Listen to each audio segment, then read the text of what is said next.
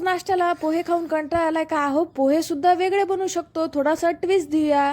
येथे कढईमध्ये मी तेल घेतलेलं आहे, त्याच्यात मोहरी जिरे टाकले, तडतडल्यानंतर त्याच्यात शेंगदाणे टाकले, ते चांगले फ्राय होऊ द्यायचे. त्याच्यामध्ये फ्राय होताना आले की थोडासा कढीपत्ता टाकलेला आहे आणि बारीक चिरलेली मिरची टाकलेली आहे आणि याला प्रॉपर फ्राय होऊ द्यायचं आहे. आणि फ्राय झाल्यानंतर त्याच्यामध्ये टाकायचे बारीक चिरलेला टोमॅटो आणि थोडंसं वरून मीठ टाकायचं, म्हणजे टोमॅटो पटकन मऊ होतात.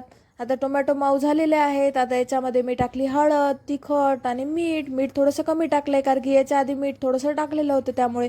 आणि आता याच्यात टाकले पोहे आणि याला हलवून घ्यायचं. थोडीशी कोथिंबीर टाकली आणि याला वाफ येऊ द्यायची झाकण ठेवून.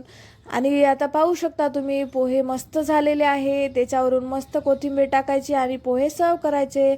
चला आता मग मस्त ही रेसिपी बनवून बघा आणि चॅनलला लाईक, शेअर, सबस्क्राईब करा. बाय.